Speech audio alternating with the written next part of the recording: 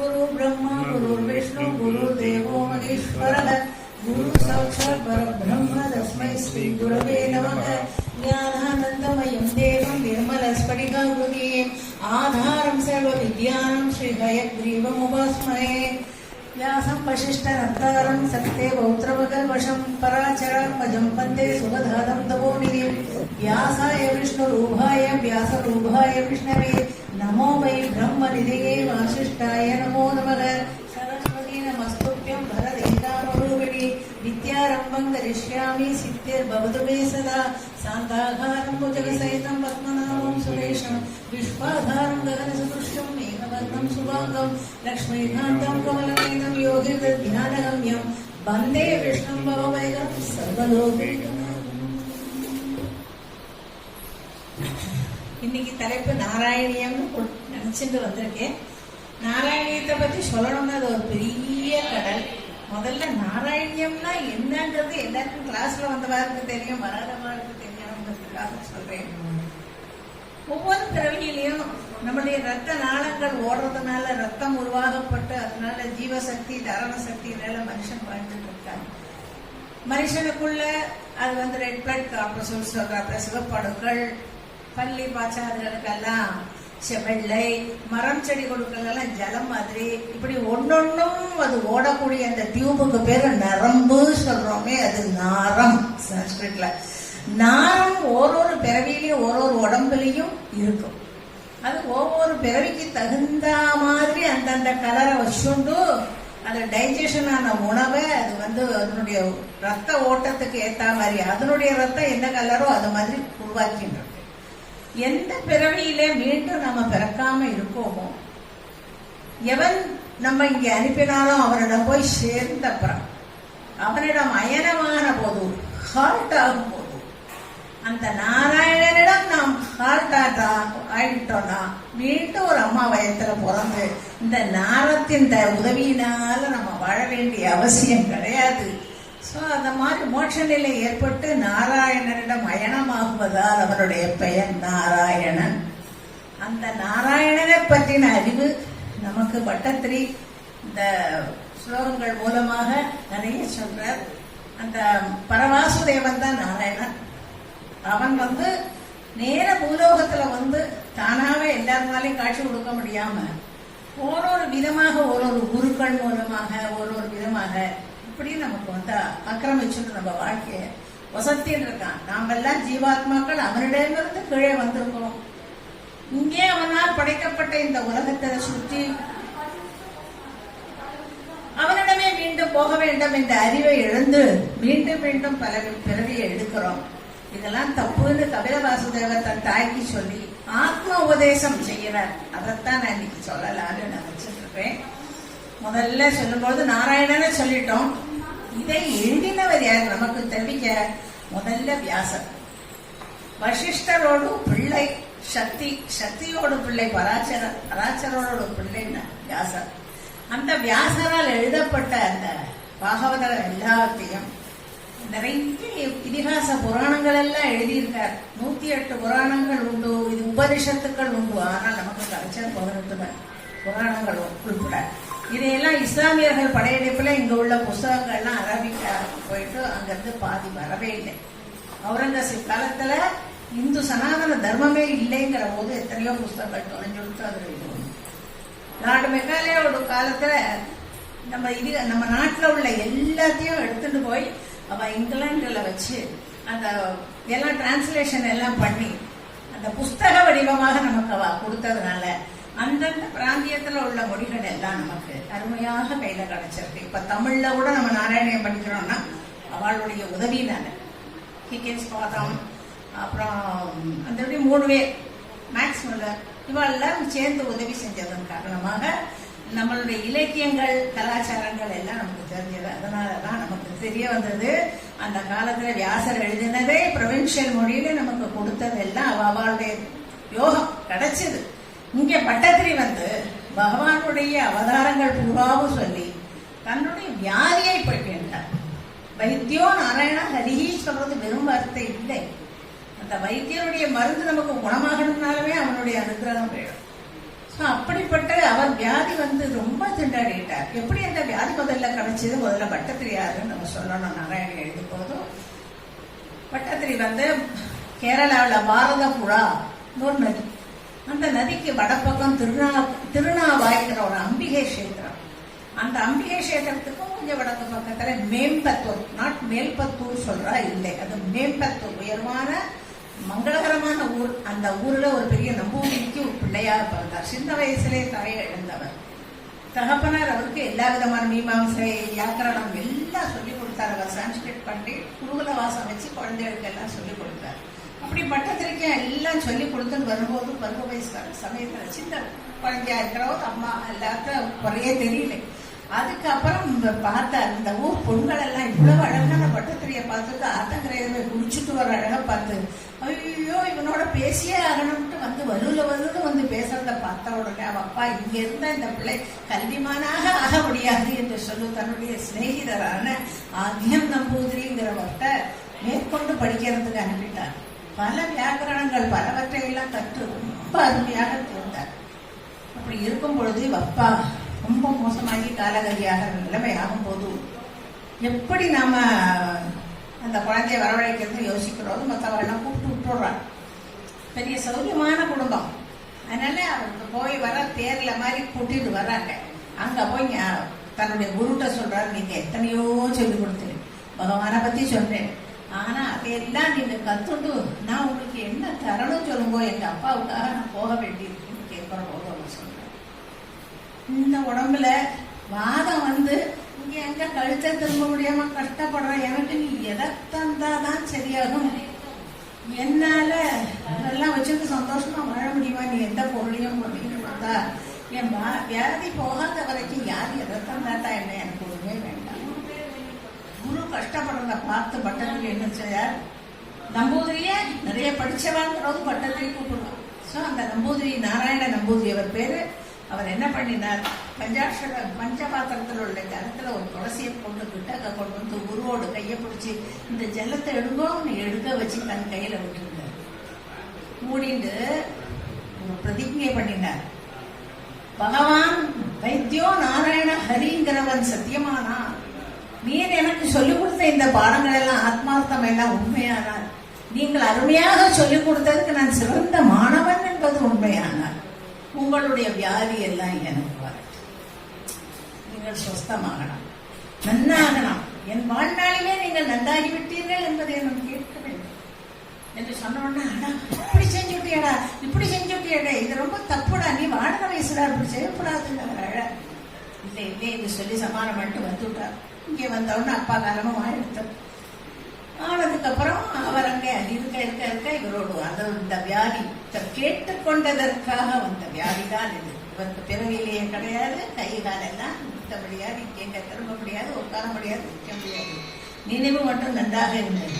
அவரால் எடுத்து சாப்பிட முடியாது, குளிப்பாட்டுடைய சௌரியமான குடும்பம்ங்கிறதுனால இவங்க அடியாள் பொடியாள்கள்லாம் இருந்தா அவரை குளிப்பாட்டி விட்டு சுவாமி முன்னால உட்காந்து வச்சு என்ன பண்ணுவா. இவருக்கு இருக்க வலி தாங்கலை. ஒரு விஷயம் தெரியுமா, நம்ம குரு நல்லா நடமாடுறாரு, வியாதி பிடியிலேருந்து சரியாயிட்டாரு தெரியும். இப்படி எனக்கு மனசுல தோணுது. அந்த பகவான் உங்களுக்கு இல்லையா, நான் யார்கிட்டயாவது போய் ஏதாவது கேட்கட்டுமான்னு அவள்லாம் கேட்டான். அங்க உள்ள குழம்பு, ஆயுர்வேத தைலம் எத்தனையெல்லாம் பண்ணிதான் ஒண்ணுக்கும் கேட்கல என்ற உடனே யார்கிட்ட கேட்காங்கிற போதும் அதெல்லாம் வேண்டாம், பகவானா பார்த்து என்ன சரி பண்ணுவார். இவாளுக்கு இருக்க முடியல, ஆத்மார்த்த செவன் சவாள். உடனே என்ன பண்ணினா போய் கண்டிப்பா கேட்டாகணும், இதை கண்டிப்பா யார்கிட்டயாவது கேட்டு உங்க நிலைமையை சரி ஆக்கியாகணும் அப்படின்னு சொல்லிட்டு ஒரு பெரிய ஜோசியர் வந்திருக்காராம். அவருக்கு பேரு எழுத்தச்சர். பிரம்மா எழுதினர்ல தலை எழுத்த என்னதுன்னு தெரிஞ்சுட்டு பரிகாரம் சொல்லிவிடுவான். அப்பேற்பட்டவர்கிட்ட போய் நாங்க கேட்கலாமா, சரி உங்க இஷ்டம் கேட்டுக்கோங்க, என்னத்தை செய்ய போகுது அப்படின்னு நினைச்சுட்டேன். அங்க போய் கேட்ட உடனே அவர் என்ன சொன்னாரோ இங்க திருப்பி பதிலே சொல்லலை. ஆமா போனியே என்னாச்சு, ஒண்ணுமே சொல்லலை, அதை நீங்க தெரிஞ்சு கட்டப்படவே வேண்டாம், ஏன் என்னதான் சொன்னார் சொல்லுங்க அப்படின்னு சொன்னோன்னு, நம்மளாம் என்ன ஆச்சாரமான குடும்பம், நம்ம மீனெல்லாம் சாப்பிடுவோமா, என்கிட்ட சொன்னார் போ குருவாயூருக்கு போய்க்கோ, மீன் துள்ளு, மீனை தொட்டுக்கோ சொல்லு அப்படின்னு மட்டும் சொன்னார். நம்ம இந்த வயசுல அதுவும் குருவாயூர்ல போய் என்ன மீனத்தை சாப்பிடுறது, மீனை சாப்பிட சொல்றாரு இவர். இது ஒரு மருந்தா? இவர் ஒரு ஜோசியரா?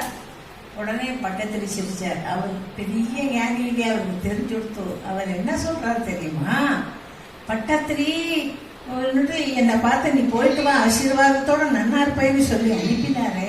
அவர் நமக்கு குறையே வைக்க மாட்டார். அந்த குருநாதர் அவர் சொல்லிக் கொடுத்த பாடங்களும் அப்படி.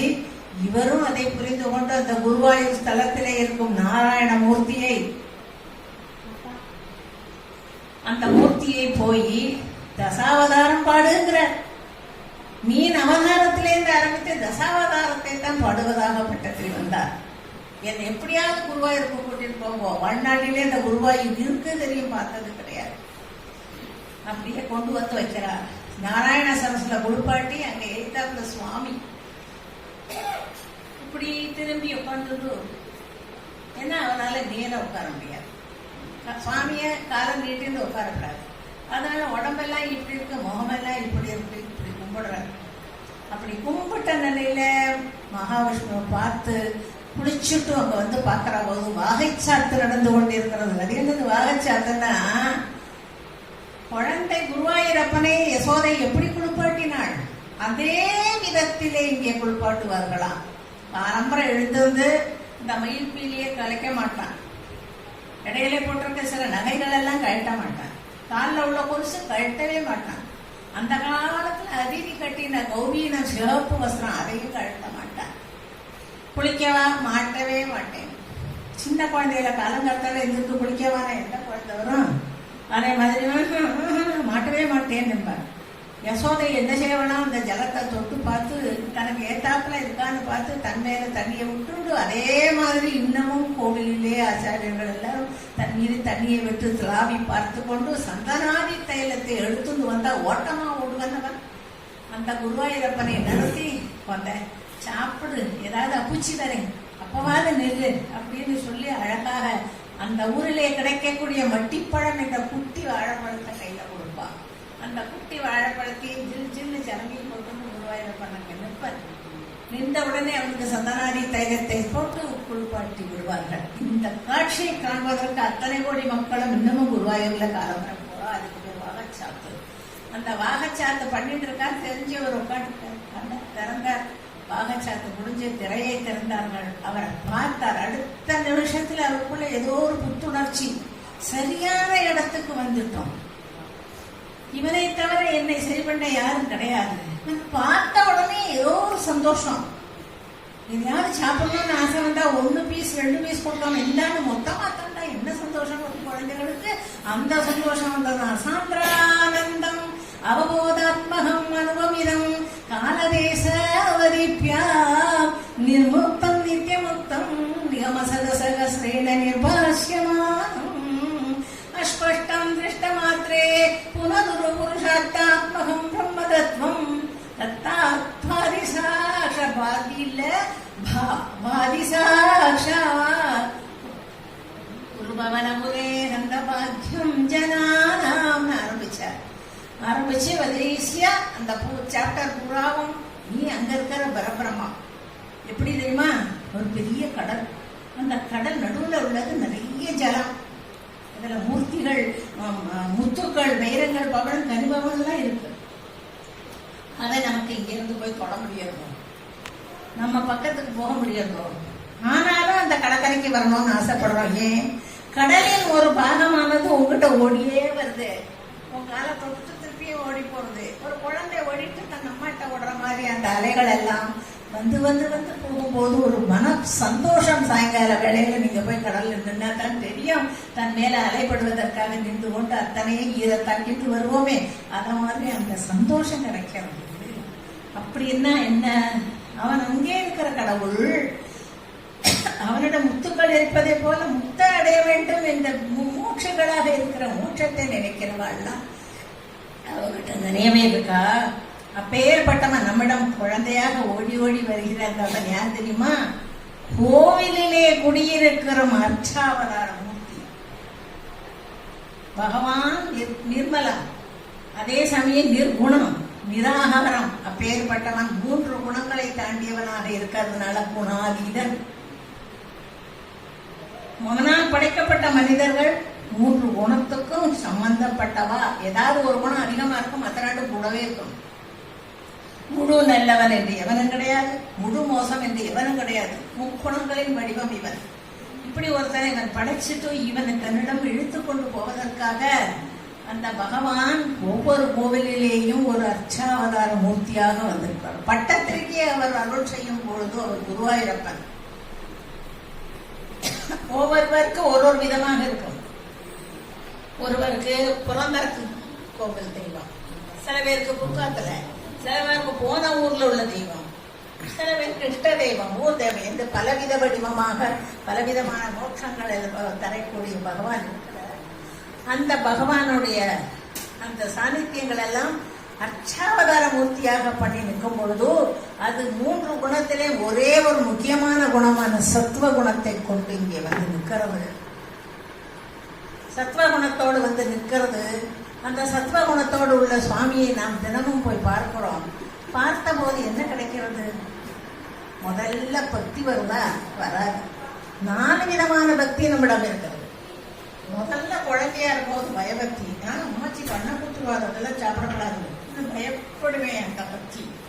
கொஞ்சம் வளர்ந்ததுக்கு அப்புறம் என் குழந்தைக்கு அமெரிக்காவுக்கு போகணும், நல்லா படிக்கணும், பகவானே உங்க 5000 முழக்கட்டை அப்படின்னு வேண்டிக்கிறோமே, அது காரிய பக்தி.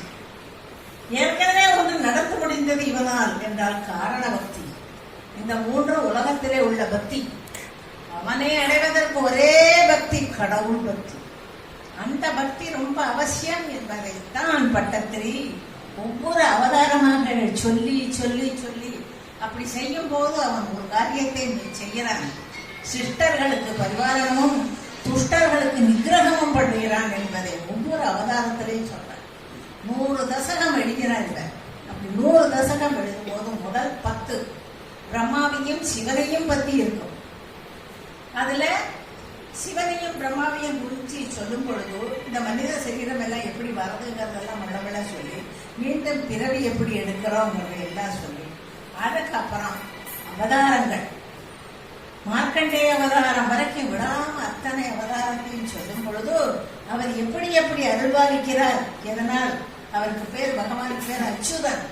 வண்டி இருக்கு, அந்த வண்டியில உள்ள ஒரு ஆரமும் ஒரு இடமா போனாலும் நட்ட நடுவில் இருக்கிற அச்சு மேல பார்த்து இருந்தா தான் அது ஓடும். வாழ்க்கை என்ற சக்கரம் பகவான் என்றவனுடைய கையிலே தான் இருக்கணும். அதனால் என்னை நம்பி வந்தவர்களை கைவிட மாட்டேன் என்ற சபதம் அவன் எடுத்திருக்கிறதுனால அவனுக்கு பேர் அச்சுதன்.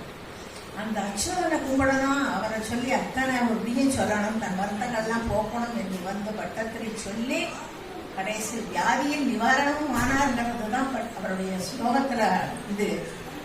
இதுல நான் வந்து இன்னைக்கு எடுத்தனையும் ஒரே நாள்ல சொல்ல முடியாது. 1 மணிக்கூர்ல ஒரு சில சப்ஜெக்டை மட்டும்தான் எடுத்துக்கலாம். பக்தியை உண்டாக்கணுங்கிறது ரொம்ப முக்கியம். நாராயணனுடைய இம்பார்ட்டன்ஸ். கபில அவதாரத்துல தன் தாய்க்கு அவர் உபதேசம் பண்ணினதை ஸ்பெசிபிக்கா நான் எடுத்துக்கிறேன். எதுக்காக? நான் கபிலர் யார்? பிரம்மா தன்னுடைய உடம்பிலிருந்து ஒரு ரிஷிகளை எல்லாம் உண்டாக்கும் போது தன் நிழலிருந்து கர்த்தமாக ஒரு ரிஷியை படைத்தார். எல்லாரையும் படைச்சவன்னு ஒண்ணு சொன்னார், நீ இந்த உலகத்துல உலக இன்பங்களை எல்லாம் பெற்று நல்ல ஒரு கிரகஸ்தனா வாழ்ந்துட்டு உன்னை போல சத்புத்திரர்களை எல்லாம் பெற்று வளர்த்துட்டு கடைசியில் இறைவனை போய் அடைந்தே ஆக வேண்டும். மோட்சத்தை தான் நினைக்க வேண்டும். உன்னுடைய அல்டிமேட் கோல் வந்து மோட்சம். ஆனால் நீ போனப்புறம் இந்த உலகத்துக்கு நல்ல மக்கள் வேணுமே, அதனால சத்புத்திரர்களை பெறுவதற்காக முதலில் பிரம்மச்சரியம், பிறகு கிரகஸ்தாசிரம், குழந்தையெல்லாம் பெற்று வளர்த்த வளலாம் வானப்பிரஸ்தம், சன்னியாசம், வானப்பிரஸ்தம் என்று 4 இருக்கு இல்லையா, அதையெல்லாம் கடைப்பிடிக்கணும்னு சொன்னாங்க. சரகாரி முனிவர்களை முதலில் படிச்ச அந்த 4 பேர் குழந்தை சுவாமிகள். அந்த வேலையெல்லாம் எங்களுக்கு வேண்டாம், அல்டிமேட்டா ஆண்டவன்ட்ட போகணுங்கிற, அதுக்கப்புறம் இந்த பொங்கல் நாட்டிட்டு போற விவகாரம் நாங்க குழந்தையிலாவே இருந்துடணும். பெரியவாள தானே கல்யாணம் ஆயிக்கணும், வேண்டாம் நம்ம குழந்தையிலாவே இருந்துடுறோம். அப்படி ஒருத்தரையா மாத்தி மாத்தி படைச்சு பார்த்து முத்துரரை படைச்சு அப்படி இருந்ததெல்லாம் நாராயணேந்திர அழகா வரும். இப்போ கர்த்தமரை தன்னுடைய நிழலில் இருந்து படைத்தார். அவர் விடாம பூஜை பண்ணினார். பிரம்மா சொல்லிட்டார், பிரகஸ்தாசிரமத்தை பார்த்துட்டு நீ இதுக்கும் போனோம்னு. பிரகஸ்தாசிரம் வேணுமா அப்படின்னு நினைச்சிட்டு பூஜை பண்ணிட்டு இருப்பாரு. அவருக்கு பகவானுடைய இது கிடைக்கிறது. அப்போ அவர் கேட்கிறார், அவனானா மோட்சம் போறதுக்கு பதிலாக கலஸ்தாசிரமத்துக்கு போக சொல்றாரு. ஓ, உன்னை போல ஒரு நல்ல பிள்ளை வரணும், உனக்கு சத்புத்திரர்கள் பெற வேண்டும் என்று சொன்னா இல்லையா? எத்தனையோ பேர் மாட்டேன்னு சொல்லிட்டு எல்லாருமே உலகத்தை விட்டு போனா இந்த இது புண்ணியமாக்குறதுக்கு யார் வருவா? அதனால நீ போ. ஸ்வயம்பாகு மனு இருக்காரே, வைவஸ்வத மனு, முதல் மனு, அவருக்கு 4 குழந்தைகள், 2 பெண்கள் 2 பிள்ளைகள். தேவபூதி, பிரசூதி, பிரியவர்தன் கடைசி, அப்புறம் உத்தானவாதர் பிரியவர்தன் என்ற 2 பையன்கள் 2 பெண்கள். அதிலே மூத்த பெண்ணை தருணி ரத்னம்ங்கிறார் பட்டத்திலே. ரொம்ப அருமையான நல்ல ரத்தனம் போன்ற உயர்வானவள் தருணி, இளமையானவள். அப்பேற்பட்டவளை உனக்கு மனைவியாக கருத்துக்கு கொண்டு வரா. அவரை மணந்து கொண்டு அவர் குழந்தையெல்லாம் பெற்று சந்தோஷமா இருக்கு. எனக்கு உள்ள பிறந்தா நீங்களே பிறக்கணும். பகவான் சிரிச்சுட்டே மறைஞ்சிருப்பார். மனசுல ஆசை கண்டிப்பா வருவார். அவர் வரப்போறார். வந்து பெண்களுக்கு உண்டான உரிமையை பின்னால் சொல்ல போறாருங்கிறது தான் முக்கியம். அவர் முதல்ல தன் மனைவி தேவபூதியை திருமணம் செய்து வைக்கிறார்கள். ரொம்ப அருமையாக வயது ஆகி தலையெல்லாம் வெடுத்து போற அளவுக்கு அவருக்கு சுசுரூஷ பண்ணி பண்ணி பண்ணி எதையும் எதிர்பார்க்காம எல்லாராத்திலையும் குழந்தை குட்டிகள்லாம் பிறந்துருவா. எதுவும் கேட்க முடியாம அப்படியே இருக்கா. திடீரென்று அந்த அவளுடைய தலை முடியெல்லாம் அப்படி வெள்ளையா இருக்கிறத பார்த்துடுறார். ஆஹா, இவள் நம்மிடம் வந்து இளமையெல்லாம் தொலைத்து விட்டாளே, சத்புத்திரன்னு ஏதோ ஒரு வார்த்தை கேட்டுதே அன்னைக்கு. அம்மா, இவளை வைத்துக் கொண்டு இனிமேல் இந்த வயசுக்கு மேல என்ன குழந்தைய பெற்று என்ன பண்ண போறோம்? பிரம்மாவுடைய வார்த்தையை நம்ம மீறுறோமேன்னு சொல்லிட்டு அவளை கூப்பிட்டு, நம்ம 2 பேரும் கொஞ்ச நாளைக்கு வெளியில போவோம். ஏதோ பிந்து சரஸ்னு ஒரு நதி இருக்கு, அதுல குளிப்போம். 2 பேரும் போய் ஸ்நானம் பண்றா. ஆச்சரியத்திலும் ஆச்சரியமாக 2 பேரும் யவ்வன பருவத்துக்கு திருப்பி வந்து விடுகிறார்கள். மந்திரபூர்வமாக ஒரு வயதானவளை என்ன பண்ண முடியுமா என்றால், நமது திருமணங்களிலே நடக்கிறது கன்னியாதானம் தான் பண்ண வேண்டும். அந்த பருவ விவகாரங்கள்லாம் வருவதற்கு முன்புதான் திருமணம் செய்ய வேண்டும். ஆனால் கன்னிகையாகி பல வருடங்கள் கழித்துதான் நாம் கல்யாணம் செய்து கொள்கிறோம். அப்போ கன்னியாதானம் என்று சொல்வதற்கு அர்த்தமில்லாமல் போய்விடும் என்பதற்காக ஜாதகர்ணம் பரதம் என்று ஒன்று பண்ணும் பொழுது இவர்கள் கன்னியாதான மந்திரத்தை சொல்லும் பொழுதே அந்த பெண் மந்திர ரூபமாக கன்னியா பெண்ணாக ஆகி அவளுக்கு நாமகரணம் ஜாதகரணம் எல்லாம் பண்ணிவிட்டுத்தான் திருமணம் செய்வார்கள். நமக்கு மந்திரத்தோட அர்த்தம் தெரியாது. காலகாலத்தில் கல்யாணம் முடிஞ்சா சரி, சாப்பாடு போட்டா சரி, ஓதிட்டு ஓடிப்போம். இப்படியே இருக்கிற நமக்கு இது தெரியாது. மந்திரத்துக்கு அவ்வளவு ஒரு சக்தி உண்டு. அதன்படி அந்த பிந்து சலசிலை குளித்து விட்டு இவர்களுக்கு 10 குழந்தைகள், 9 பெண் குழந்தைகள். அந்த காலத்து வழக்கப்படி சின்ன வயசுலேயே அவளை ரிஷிகுமாரர்களுக்கு திருமணம் செய்து கொடுத்து விடுவார்கள். அப்படி திருமணம் செய்து 9 பேர்ல அனசூயை, அருந்ததி போன்ற கற்பு கரசுகளை எல்லாருக்கும் கல்யாணம் பண்ணி கொடுத்தாச்சு. இவருக்காக காட்டுக்கு போனான். எல்லாரையும் போல பூஜை பண்ணோம். பிரகாஷ்தாமெல்லாம் முடிஞ்சாச்சு. அப்படியே எனக்கு சொல்லும் பொழுது ஒரு பிள்ளை பிறக்கும்.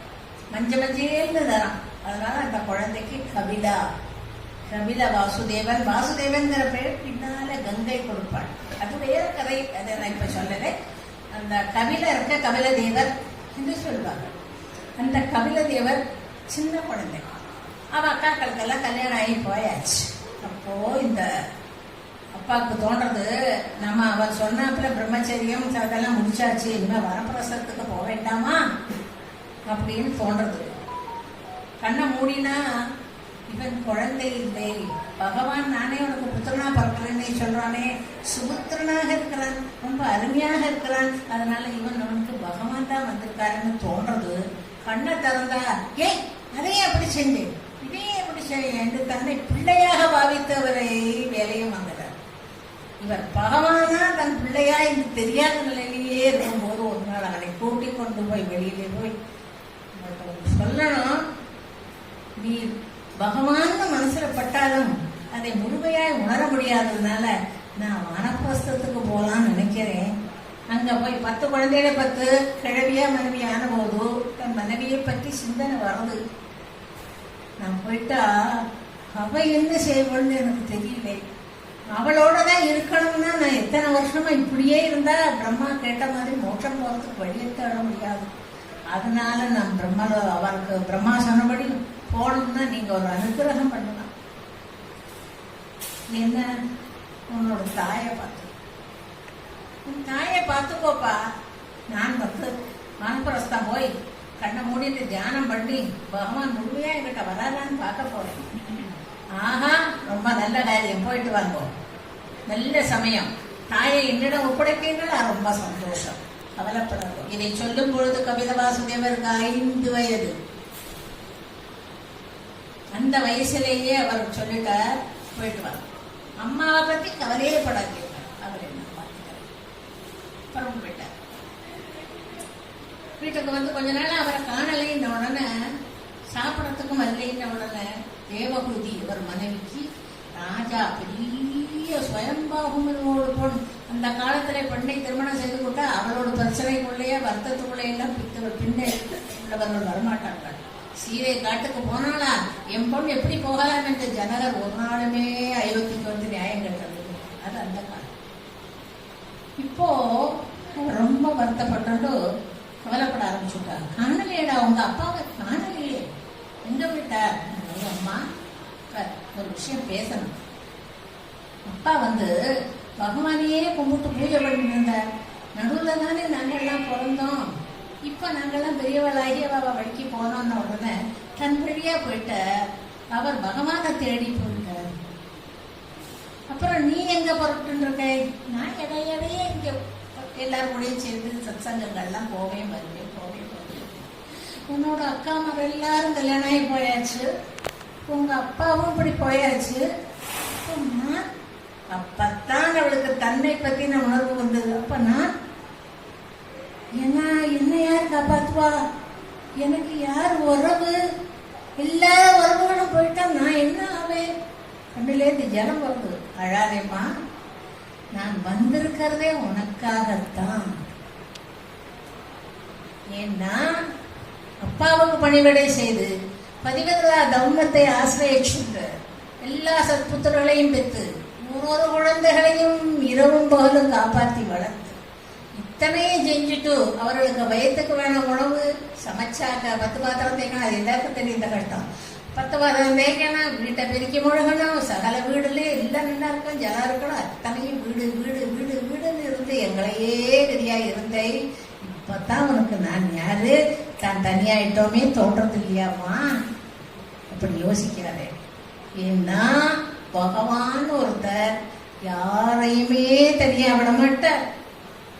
வயத்து பந்தம், கழுத்து பந்தம் என்று எத்தனை பந்தங்களும் கூடவே சகோதர சகோதரிகள் இருந்தாலும் கணவன் இருந்தாலும் அத்தனை பேரும் சேர்ந்தே வருவதில்லை, சேர்ந்தே போவதில்லை. அதனால அப்பா போயிட்டாரேன்னு கவலைப்பட வேண்டாம். யார் போனாலும் பிள்ளைகளா, நீ பார்த்து வளர்த்த குழந்தைகள் உன்னிடமே இருந்த பதியம் போட்ட செடி மாதிரி உங்ககிட்டே இருந்துட்டு தனியாகவே போய்த்தான் ஆக வேண்டும் என்ற ஒரு நிலைமை இருக்குமா? தன்னுடைய வேலை, தன்னுடைய சாப்பாடு, தன்னுடைய குடும்பம் தன்னை போல ஆனப்புறம் உன்னை விட்டு பிரிந்து போகலாம். ஒரு கூடவே இருந்தாலும் மனதால் ஒற்றுமையா இருக்கிறார்களா? இத சொல்றது உலகத்துக்காக, தன் தாய்க்காக அல்ல. இந்த உலகத்திலே இப்படி நடக்கிறதுங்கிறது எல்லாம் நம்ம கிட்ட சொல்றோம். இப்படி புத்திரர்கள் வந்தால் புத்திரர்களும் கடைசி வரை இருக்க மாட்டார்கள். கணவன் மனைவியும் சேர்ந்தே இறப்பதில்லை. ஆக எல்லாரும் போய்விட்டால் இந்த ஆத்மாவை யார் அனுப்பினாரோ, இந்த ஆத்மா கூட யார் தேகத்துக்குள் நுழைந்து வாழ்ந்து கொண்டு இருக்கிறானோ அந்த ஆத்ம பந்துவை பற்றி தெரிந்து கொள். ஆத்ம பந்துவா? ஆமா, இந்த சரீரம் வந்த போதே இந்த ஆத்ம பந்து உலகத்தில் கூடவே வந்திருக்காங்க. சரீரம்னா அவள் பாவம், ரொம்ப ஒண்ணும் தெரியாத அப்பாவி. வேலை செய்யணும், குழந்தை வளர்க்கணும், இது மட்டும்தான் தெரியும். சோ அவளிடத்தில் கபிலர் சொல்லுகிறார், அம்மா, பகவான்கிற ஒரு அம்சம் அதுதான் நம்மளை பூலோகத்துக்கு அனுப்பி இருக்கு. அவர் எங்கேயும் இருக்கிறார், சர்வத்திர. அவர் இல்லாத இடமே கிடையாது. மலை, அந்த மரம், அந்த மண், அந்த கடல், அந்த பனி, அந்த வீடு, அந்த வாசல், மண், எல்லா ஜடப்பொருள்களிலும் உயிர் பொருள்களிலும் அவன் நுழைந்து விடுகிறான். விஷதி என்றால் நுழைகிறான். அவன் விஷ் பண்ணி விடுவதால், நுழைந்து விடுவதால் இந்த உலகத்துக்கு விஸ்வம் என்று பெயர். அவன் விஸ்வநாதன். அப்படி நம்ம சரீரத்துக்குள்ள அவன் நுழைஞ்சிருக்கான். தெரியுமா அவனுக்கு? எப்ப நுழைஞ்சான்? எனக்கு தெரியாதே, எப்படி நுழைய முடியும்? எந்த ஆத்மாவை எந்த குழந்தை பிறக்கும் பொழுதும் அந்த குழந்தையோடே பிறக்கிறான். முதல்ல இந்த ஜெகத்தை பற்றி தெரிந்து கொள். இந்த உலகம் என்றால் என்ன? இந்த கபில வாசுதேவருடைய பாடம் பூராவும் தத்துவம். சில பேருக்கு தூக்கம் வரலாம், சில பேருக்கு பிடிக்காம போகலாம், சில பேர் வேண்டாம் போய். ஆனால் வாழ்க்கையில் அவசியம் தெரிந்து கொள்ள வேண்டியது இந்த ஜெகத் என்றது இறைவனால் படைக்கப்பட்டது. எப்படி படைச்சான்னு கேட்கறியா?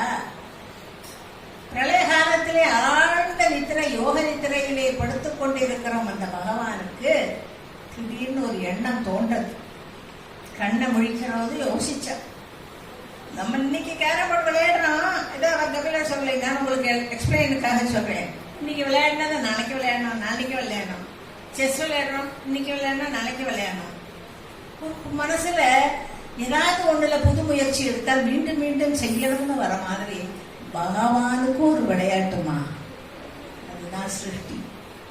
அந்த பகவான் இந்த சிருஷ்டியை ஏன் பண்ணினான்னா, தன்னால் படைக்கப்பட்ட இந்த உலகத்தில் தன்னுடைய அம்சமான ஜீவர்களை அனுப்பி இந்த உலகத்தில் பல சௌகரியங்களை எல்லாம் கொடுத்து அதிலேயே மனது மூழ்கி போய்விட்டார். தன்னிடம் திருப்பி வருகிறார்களா இல்லை அங்கேயே இருக்கிறார்களா என்று வேடிக்கை பார்க்கிறது ஒரு விளையாட்டு. எந்த ஆத்மாக்கள் எல்லாம் திரும்பி வராமல் அவனால் கொடுக்கப்பட்ட இந்த உலக பொருள் மீது மோகம் கொண்டு என் மக்கள், என் வீடு, என் கார், என் தோட்டம், அது இது என்று பைத்தியமாக இருக்கிறார்களோ அங்கே சாகர வருவாயில இருக்கும் ஒருத்தி மேலே பார்க்கிறா, ஒரு பள்ளி ஒரு ஓட்டக்குள்ள போகுது வந்து இந்த பள்ளி அங்கேயே இருக்கா, எங்க போச்சு இதையே நினைத்து கொண்டு மீற விடாள். இவளே அந்த பள்ளியின் முட்டையிலே ஒரு பள்ளியாக பிறப்பாள். Which thought is the best thought? இந்த உயிர் பிரியும் சமயத்தில் நீங்கள் எதை நினைக்கிறீர்களோ அதுவாக பிறப்பீர்கள். பாகவதத்தில் சொல்லப்பட்ட ஒரு முக்கியமான விஷயம், இறுதி மூச்சு விடும் சமயத்திலே உங்கள் நினைவு எதுவாக இருக்கிறதோ, இறைவனாக இருந்தால் போய்விடுவீர்கள், இறைவனாக இல்லை என்றால் இந்த உலகத்திலே தங்கி விடுவீர்கள். அதனாலதான் குலசேகர ஆழ்வார் ரொம்ப அழகா சொல்றார், அந்த சமயத்துல ஈழ குழையெல்லாம் வரும், வாய்க்கும் பேச முடியாது, இப்படியெல்லாம் ஆகும். நாராயணா சொல்லுன்னு எல்லாரும் சொல்லுவா, எனக்கு சொல்ல முடியாது. இப்ப நல்ல நினைவோட சொல்லிடுறேன், கிருஷ்ணா கேட்டுக்கோ. நாராயணா இதை நீ அட்வான்ஸ் புக்கிங்கா எழுதி வச்சுக்கோ நோட்டுல. ஓ அன்னைக்கு சொன்னானே இவனுக்கு மோட்சம் கொடுப்போம்னு நினைச்சுக்கோ. எப்படி? அந்த மாதிரி விவகாரம் கிடையாது. கடைசியிலே ஒன்று வித்தியாசம். வைகுண்டபதி சொல்லு, வைகுண்டபதி சொல்லு என்று மரண தருவாயில் சொல்லும் போது அந்த தாய் இப்படி இப்படி காமிச்சு கை என்று சொல்வது இறந்து விடுவாள். உள்ளே நுழைந்த அந்த வீட்டு பொண்ணு சொல்ற, பாருடா புதுசா வாங்கின வைரத்தோடு எனக்கு தான் சொல்லிட்டா. இவளுடைய பார்வை வேற. இப்படி நாம் வித்தியாசமாக நினைத்தாலும் இறைவன் அந்த ஆத்மாவோடு பேசிக்கொண்டிருக்கிறான். இறப்பதற்கு முதல் நாளே காலராத்திரி என்று வந்த அவள் அம்பாள் ஞாபகப்படுத்துறாள், நீ பகவான்கிட்ட போகணும். பகவானை எழுப்பி விட்டவள் காலராத்திரி. ஒவ்வொரு ஆத்மாக்குள்ளேயும் அந்த இறக்கம் தருவாயில் இருப்பது நமக்கு தெரியாது, நடந்துட்டே இருப்போம், பட்டனும் இறந்து போவோம். அப்போ பகவானுடைய சிந்தனை இந்த சிந்தனையை தூண்டிவிடும் அப்படின்னு இதிகாசத்துல சொல்லப்பட்டது. வீச்சு தாட் உயிர் பிரியும் தருவாயில் எவன் ஒருவன் இறைவனை நினைக்கிறானோ. அதனால எப்பவுமே சொல்லணும், பிராக்டிஸ் பண்ணி பண்ணி பண்ணி வச்சிருந்தாதான் ஒரு நாளும் நமாமி நாராயண பாதபங்கஜம் வதாமி நாராயண நாம நிர்மலம் என்று நம்ம தினம் சொல்லணும் இல்லையா? அந்த குலசேகர ஆழ்வாரால் சொல்லப்பட்டது. இங்கே கபில வாசுதேவர் அதைத்தான் சொல்கிறார். இந்த உலகத்துக்குள்ளே இந்த உயிர் எப்படி வந்தது தெரியுமா? அந்த பகவானும் இந்த உயிரும் சேர்ந்து எப்படி வந்தது தெரியுமா? பகவான் கொடுத்த இதனால கருணையினால மழையிலே நீர் பெய்த போது, செடி கொடிகள் எல்லாம் விளைந்த போது, அந்த மரத்திலே பூ பூத்து காயாகவோ அல்லது தானியங்களாக வந்த போது அந்த தானியத்தை சாப்பிட்ட ஆண்மகனுடைய வயத்திலே 2 மாசம் இந்துவாக முதலிலே வருகிறது. அது பெண்ணின் கர்ப்பப்பையிலே சேரும் பொழுது 10 மாசமாக 10 + 2 12 மாசம் ஒரு குழந்தைக்கு கர்ப்பவாசம். நமக்கெல்லாம் தெரிஞ்சது 10 மாசம். 10 மாசத்திலே வரும்பொழுது தாயினுடைய கருவின் அம்சத்திலிருந்து 5 விவகாரங்கள் வருகின்றன. தோல், ரத்தம், மாம்சம், எலும்பு, மங்கியா துண்டுன்னு ஒல்லியா தாமரை மாதிரி இருக்கும். அந்த ஐந்தும் தாயினுடைய கர்ப்பத்தினால் கிடைக்கிறது. தந்தையிடமிருந்து அந்த ஜீவன் தலைக்குள்ளே வருகிறது. இந்த இரண்டு சேர்ந்து ஒரு 3 நாள் கழித்து வந்து சுத்தி கொண்டே இருக்கும் பொழுது அது 3 கூடங்களாக பிரிகிறது. 3 கூடங்கள் என்றால் வாக்பவ கூடம் என்று சொல்லக்கூடிய ஞான கூடத்தை முதல் பாகமாக வைத்து முதன்மையாக வைத்து அது தலை, அதிலே எல்லாவற்றையும் அறியக்கூடிய மூளை, அதை வெளியிலிருந்து அறிவிக்கக்கூடிய ஞான இந்திரியங்களான கண், காது, மூக்கு, செவி இவையெல்லாம், அதோடு போத்தின தோல் இத்தனையும் வாக்பவ கூடத்திலே. 2வது காமராஜ கூடம். இது சாப்தத்திலே அழகாக சொல்லப்பட்டிருக்கிறது. கபில வாசுதேவர் ஷார்ட்டாக சொல்லிட்டார். இந்த இடத்திலே வாயு மண்டலங்களிலே எல்லாம் நிறைஞ்சிருக்கிற இந்த இடத்துல ஆசைகள், இந்த இடத்திலே மனசு இப்படி வச்சிருக்கிறார். நாம் மூச்சு முடிகிறோம். இது எப்படி இந்த உலக முதல்ல வந்ததுன்னு தெரிஞ்சுட்டா தான்மா இந்த உயிர் எப்படி வந்ததுன்னு தெரிய முடியும். இந்த உலகம் எப்படி வந்தது தெரியுமா? நீண்ட ஆசை திருப்பி விளையாட்டு பார்க்கணும் என்ற அந்த பகவான் தன் சித்தத்திலிருந்து ஒரு பெண் சக்தியை வெளியிலே விட்டார். அவள் தான் மகாமாயா. இந்த மகாமாயா பிரயச்சரி என்று சொல்கிறோமே, இந்த மகாமாயை என்ன செய்தால் நாராயணனுடைய அம்சமாக வெளியில வருகிறாள். நாராயணனுடைய சகோதரியாக யோக மாயையாக வெளியில வருகிறாள். படைப்பை எல்லாம் அவள் மூலமாக செய்துவிட்டு அதில் நுழைவதுதான் இவருடைய வேலை. முதலிலே 5 பூதங்கள், அதாவது பஞ்சபூதங்கள் என்று சொல்லக்கூடிய இந்த தத்துவம் என்று சொன்னேன் உங்களுக்கு.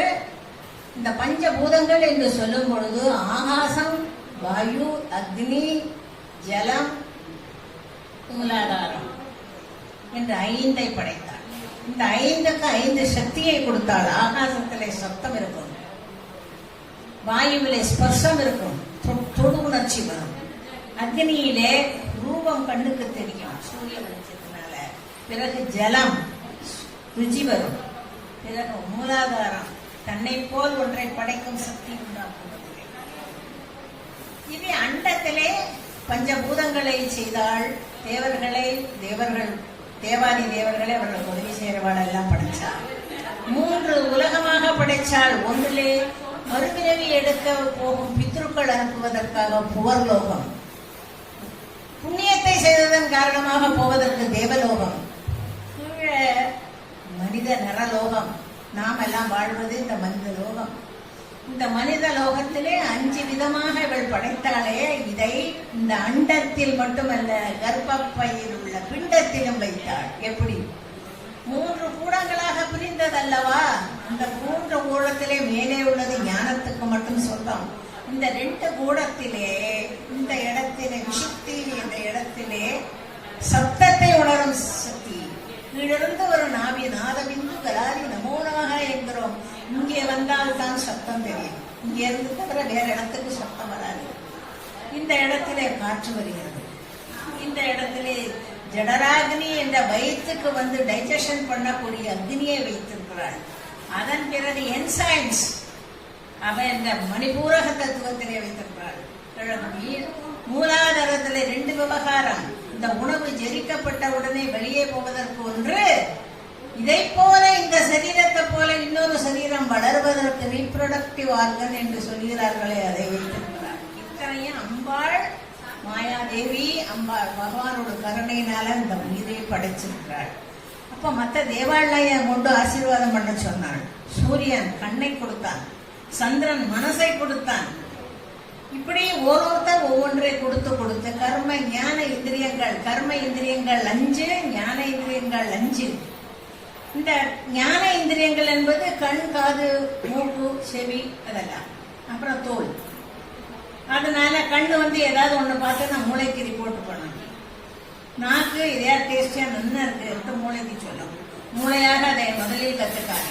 எவையெல்லாம் வெளியில் உள்ளதை மூளைக்கு சொல்கிறதோ அது ஞான இந்திரியம். எதெல்லாம் மூளையினால் இயங்கப்படுகிறதோ அது கர்ம இந்திரியம். பார்த்தோம்னா பக்கத்துல ஓடு அப்படின்னு மூளை ஆர்டர் பண்ணினா அது ஓடும். அதையெல்லாம் மூளை தான் முதல்ல சொல்லும். கை கால்வாள் ஓடுவதெல்லாம் அதனால. இப்படி செஞ்சவள் அதோடு நிப்பாட்ட வேண்டாமோ? மகத்தத்துவம் அகத்தத்துவம் என்று ரெண்டையும் முதல்ல படைச்சான்.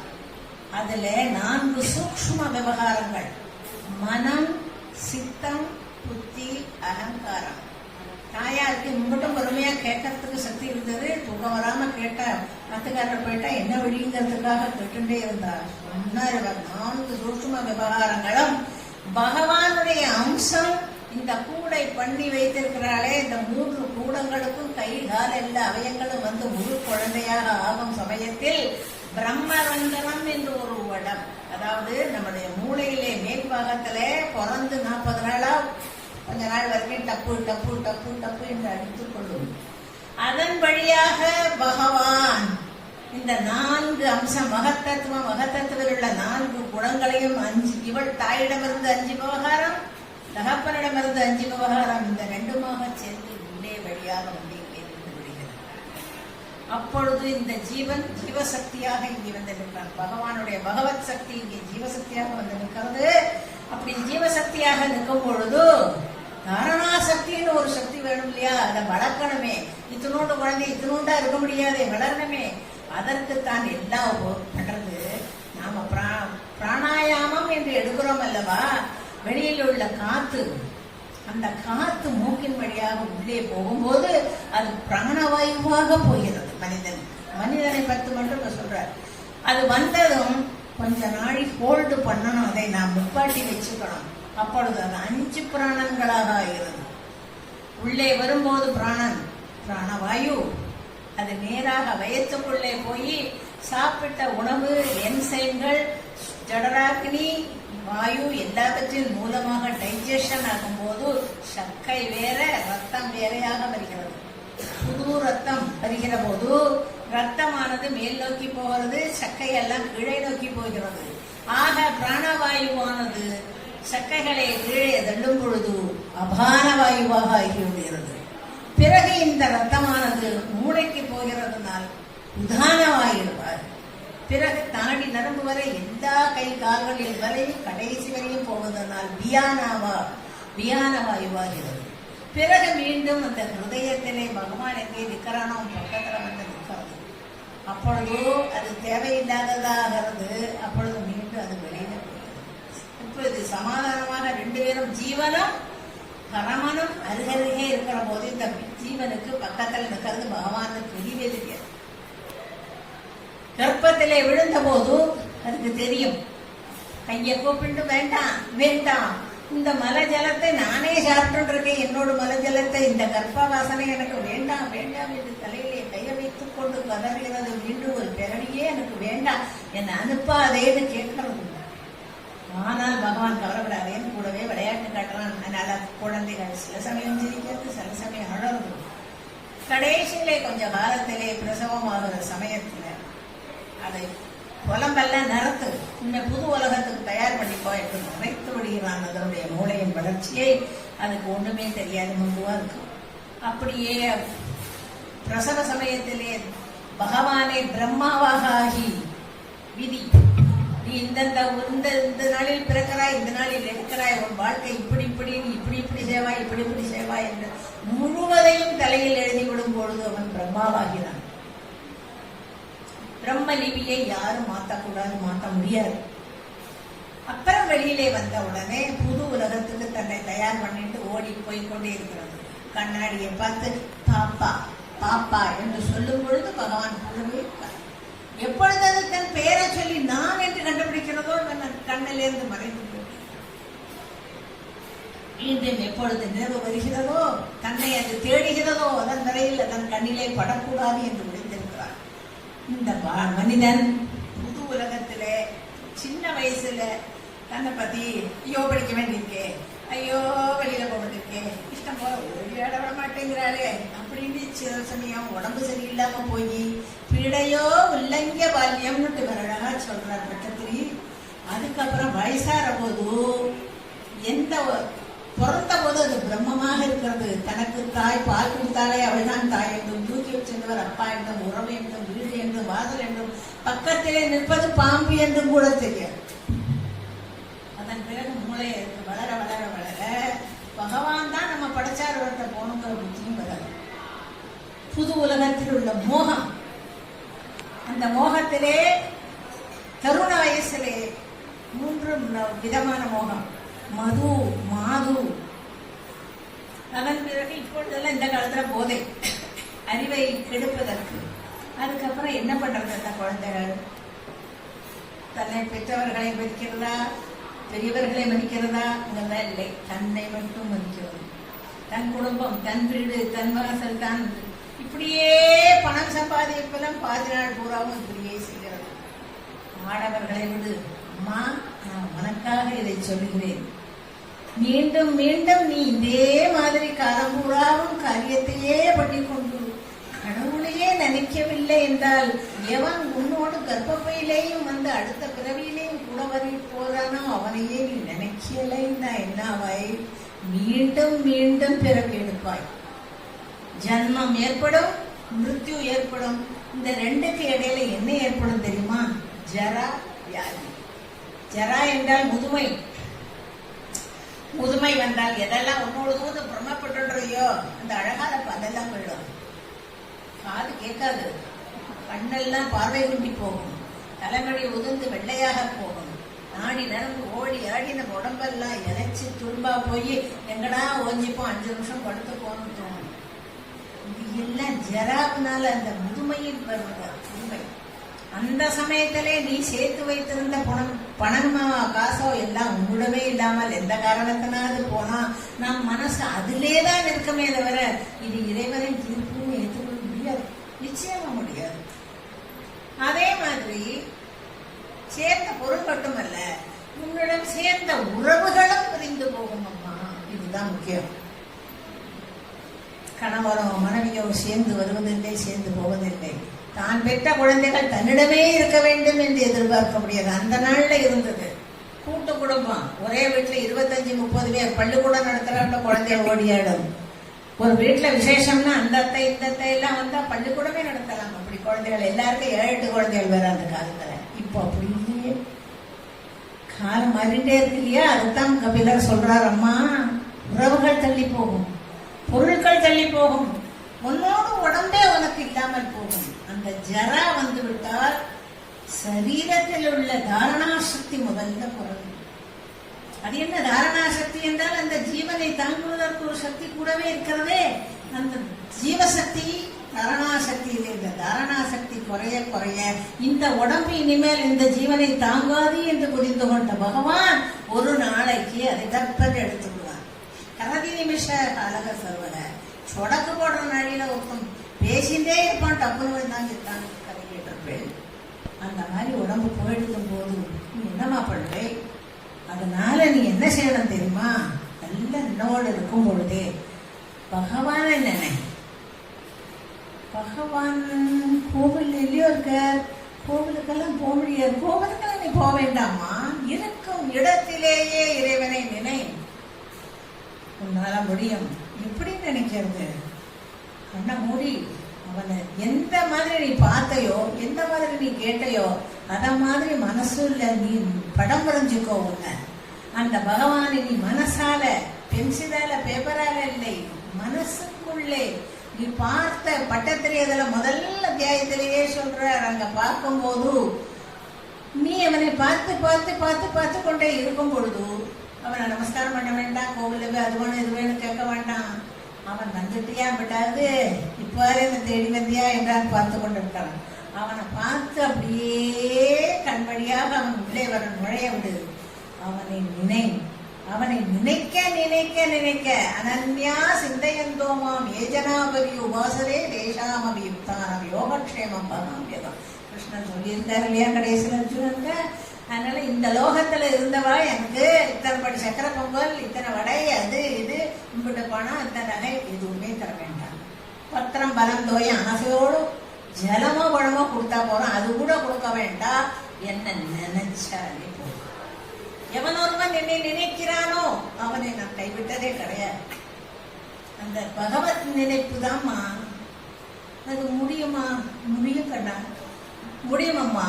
தாயே இவ்வளவு பெரிய பால் பாத்திரத்துக்கு நிறைய பால், ஒரே ஒரு சொட்டு தயிரை விட்டு மூடி வச்சுட்டு தூங்கும். அப்படி சமையல் பண்றதுனால அவளுக்கு சமையல் விவகாரம் தெரியும். அதனால காலம்பரை இருந்தா ஊரா பார்த்தமும் வாழையிடும்.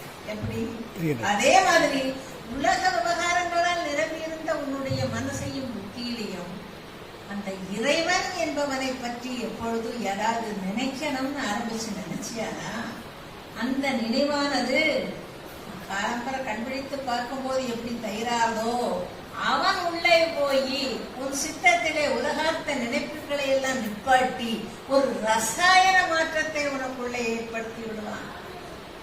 அப்ப நான் தான் 9 நாள் 10 வருஷமா போயிட்டு இருக்கேன் இந்த கோவிலுக்கு, எனக்கு ஏற்படுத்த மாட்டான். 10 வருஷமா உன் கைகால்கள் போச்சு, உன் புத்தி எல்லாம் வெளியில இருந்தது.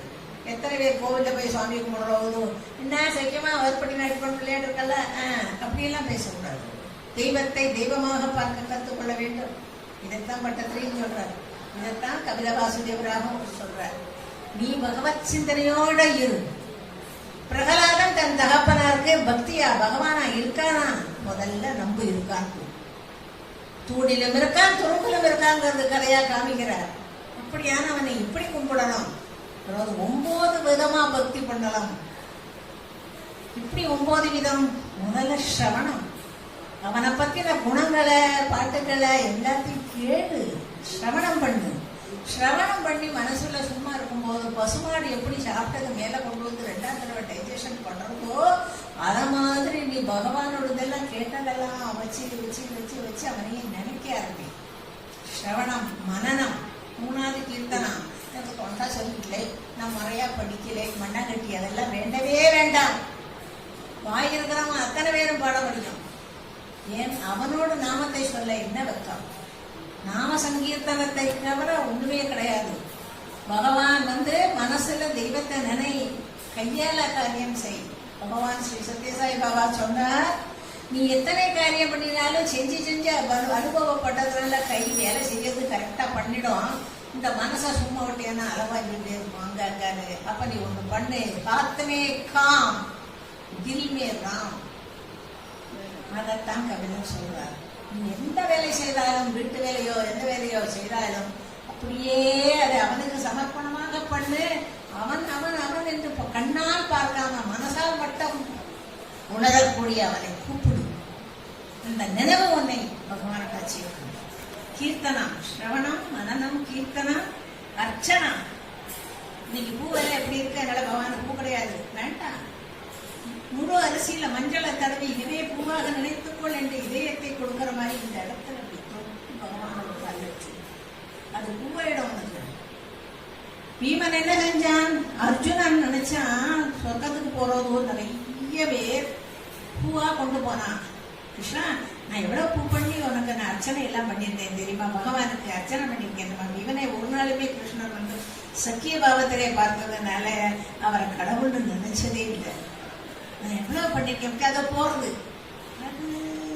அதெல்லாம் பீமன் அனுப்பினது சொல்றாளே. பீமன் அனுப்பினானா? எங்க அண்ணனா அட்டி உத புத்துதான் உனக்கு. என்னைக்கு அவன் பூஜை பண்ணினா?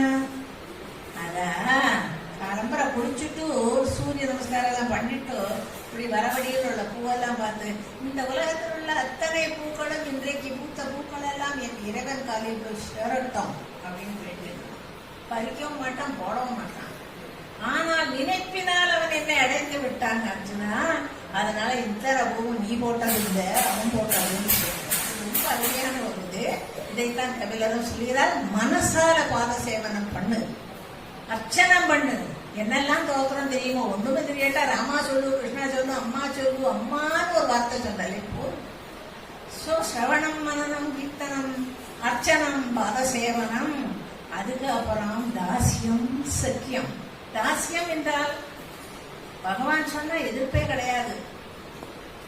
அப்பா அம்மாவை கூட சொல்வா, பெரியவா சொன்னா பெருமாள் சொல்லுவாங்க. அப்படி ஒரு பக்தினால பகவான்கிட்ட அப்படி ஒரு சமர்ப்பணம் பண்ணணும். அதனாலதான் ஸ்மார்த்த சம்பிரதாயத்துல எல்லாரும் தங்களை பகவானுக்கு நாய் மாதிரி ஓடி ஓடி வேலை செய்கிறவர்கள் நாயன்மார்கள் என்று வைத்துக் கொண்டார்கள். இந்த வைஷ்ணவ சம்பிரதாயத்திலே ஜீவனும் பகவானும் ஒன்று என்பதனால் நீ தலைவன் நான் தலைவி என்ற மதுர பாவத்திலே கும்பிட்டார்கள். இதே மத்வ சம்பிரதாயத்திலே பகவானுக்கு நாங்கள் தாசர்கள். எப்படி ராமருக்கு அனுமாரோ, பீமன் பகவானுக்கு பீமனோ, அதே மாதிரி பிரகலாதனும் அதே மாதிரி நாங்கள் எங்களை அப்படியே ஆக்கிக் கொள்கிறோம், எங்களுக்கு தனியா ஐடென்டிஃபை பகவத் ஐடென்டிஃபையே வேண்டாம் என்று சொல்லி பீமனாகவும் பீமனாகவும் ஆஞ்சநேயராகவும் பிரகலாதனாகவும் ஆகிக்கொண்டவர்கள் தாசர்கள். இப்படி சம்பிரதாயங்கள்லாம் நமக்கு ஆச்சாரியா காமிச்சிருக்கா. இதை கபிலர் சொல்கிறார், அம்மா பாதசேவனம் கடைசியில முக்கியமாக உண்டு ஆத்ம நிவேதனம். உன்னுடைய ஆத்மா அவனோடது, நீ அதையே அவன்கிட்ட கொடுத்து. எப்படி கொடுக்கறது? நீ ரொம்ப தனக்கேன்னு கொஞ்சம் சாதம் இருக்கு, நமக்கு பசிக்காதா, என் குழந்தை என்ன சாப்பிடுறது, அது நன்னா குடிக்க தின்னாச்சு போதும், எந்த தாயும் செய்ய மாட்டாங்க. அந்த குழந்தைய பார்த்து சாப்பிடாதுன்னா கொஞ்சம் போல மிச்சம்லாம் வைக்க கூடாது, கடைசி வரை சாதம் சாப்பிட்டானா கால் மாட்டுக்கு பலம் வரும். இப்படி எல்லாம் கதையை சொல்லி குழந்தை வாயில ஊட்டி அதுக்கு தலையை தடவி பக்கத்துல இந்த காலத்துல பேன் இருக்கு, அந்த காலத்துல வீசி குழந்தைக்கு ஊட்டினாள் அல்லவா. அதே மாதிரி உன்னோட ஆத்மாவை ஆண்டவனுக்கு சமர்ப்பணம் பண்ணிவிடு. இது இத்தனையும் செய்தால் எல்லாம் சரி. நீ பகவான் சொன்னேன், அப்படி செய்வேன் இப்படி செய்வேன். அவர் எப்படி இருப்பார் தெரியும்? அவர் எப்படி இருப்பாரா? நான் பார்த்த பகவானை சொல்கிறேன் கேள். கருட உபரி, கருடன் மேலே கோடி சூரிய பிரகாசத்தோட தேக காந்தியோட சர்வ லட்சணங்களோட கிரீடத்தோட வந்து நிற்பான். அவனை கண்ணூடி தரிசனம் பண்ணு. போகும், நீ கோவிலுக்கும் போக வேண்டாம், எந்த சுவாமியும் கும்பிட வேண்டாம். மனசால் நினை, தன்னுடையது என்று இல்லாமல் தனக்கு இல்லாமல். இன்னும் இதுக்கெல்லாம் ஓமையெல்லாம் சொல்லணும்னா நிறைய அந்த 9 பக்திக்கு ஒருத்தரை காட்ட வேண்டும். ஆத்ம நிவேதனத்துக்கு என்ன செய்ய வேண்டுங்கிறதுக்கு தனியாக பாடம் நடத்துறேன். இன்னைக்கு நான் நடத்துறேன், இன்னைக்கு கொடுக்கப்பட்ட டைம் போறது, அதனால நான் இதோட நத்திக்க வேண்டியிருக்கு. அப்படி செய்து சொன்ன உடனே கண்ணு மூடிட்டு அவள் இருந்தா. இவர் எழுந்திருந்து வெளியில போயிட்டார். நிறைய பேரோட உபதேசங்கள் அங்கங்க சத்சங்கங்களுக்கு போயிடுவார். அவள் கண்ணை திறந்து பார்த்தார், அவள் இல்லை. ஐயோ இவனும் போயிட்டானே. அழவே இல்லை. தேவகூதி மனசுலயே ஒரு ஸ்ட்ரென்த், ஆத்ம பலம் வந்து விட்டது. அப்படியே பல நாட்கள் இருந்தாள். ஒரு நாள் அவளுடைய உயிர் பிரிந்தது. அவள் கண்ணை திறந்து பார்க்கும் போது அவர் உள்ளே நுழைஞ்சார். பார்த்தா எந்த பகவானை அவர் அனுகிரகம் பண்ணணும்னு சொன்னாரோ அந்த தேக காந்தியோட தலையிலே ஒளி வெட்டத்தோட காந்தியோட சூரிய கோடி பிரகாசமாக கருடனாக இல்லை, தன் பிள்ளையாக வந்தார். ஆனா இவள் பார்த்த போது இவளுக்கு பகவானாகவே தெரிந்தது. அவ அப்பாவுக்கு தெரியல, பாருங்க, அம்மாவுக்கு தெரிஞ்சது. ஓடியே இப்ப காலில் விழுந்து நமஸ்காரம் பண்றா. பண்ண உடனே அம்மா இன்னும் கவலைப்படாதே, உனக்கு வேலை வந்தாச்சு என்று அவள் கண்களை மூடினார். அவளுடைய காரியத்தை பண்றதுக்காகத்தான் வந்தார். அவளுடைய காரியங்கள் முடிந்தவுடனே இவர் பல இடங்களுக்கெல்லாம் போயிட்டு இன்னும் உயிரோடு இருக்கிறார். கபில வாசுதேவர் எங்கே? கல்கத்தாக்கு பக்கத்திலே மால்டா என்று ஒரு இடம் இருக்கிறது. அதுக்கு 24 பர்கானாங்கிற இடம், பாவிகள்லாம் நிறைஞ்ச இடம் இப்போ. ஆனா அந்த இடத்துல அடியில உட்காந்து கங்கையின் வரவுக்காக காத்திருக்கிறாள்.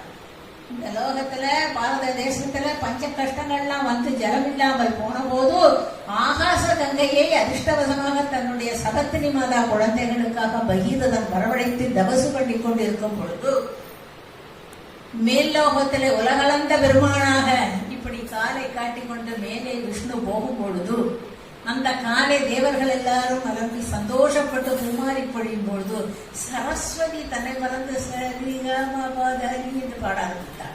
அவள் வாயிலிருந்து வந்த இனிமையான வார்த்தைகள் உருகி ஜலமாகி பிரம்ம கமண்டலத்துக்குள்ளே போய் அந்த கமண்டலத்து ஜலத்தை பகவான் அங்கே விட்டார்.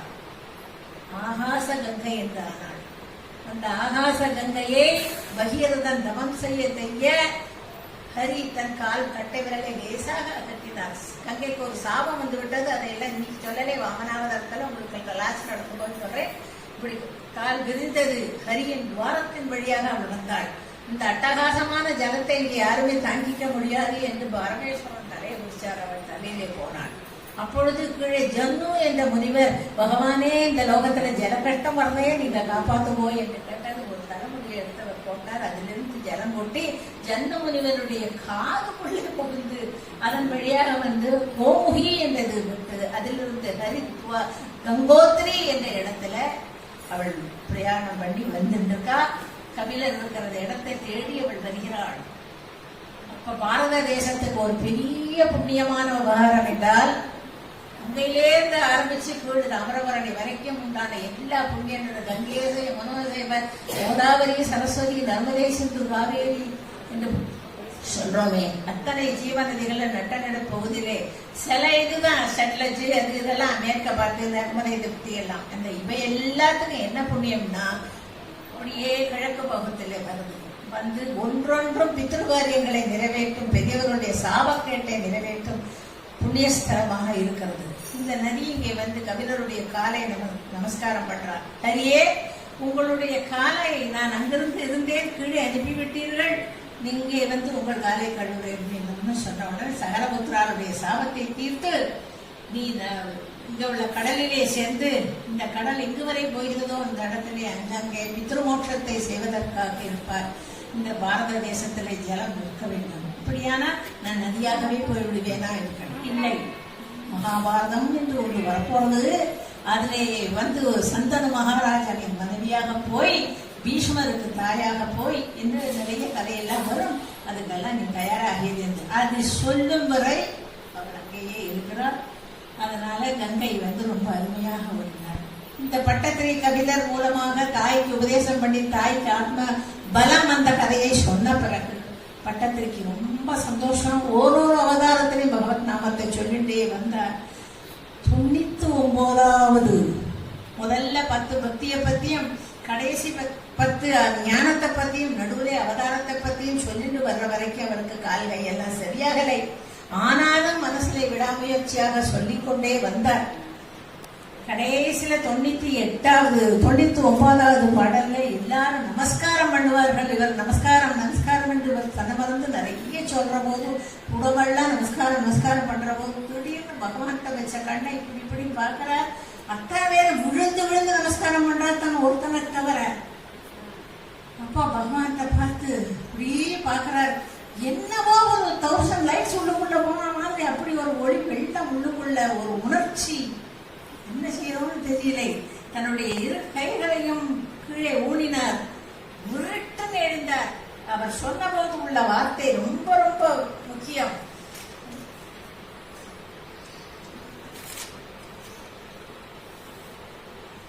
எப்படி சொன்னார் என்றால், அதாவது கடைசி கிருஷ்ணரோகாத் பாகிமாம் கிருஷ்ணரோகாத் என்று சொல்லும் போது பகவானே அவ்யக்தம் தேவரூபம், உன்னுடைய ரூபம் அவ்வியக்தமான அந்த தேவன் பரவாசுதேவனாக இருக்கிற உன்னுடைய ரூபத்தை என்னால பார்க்க முடியல.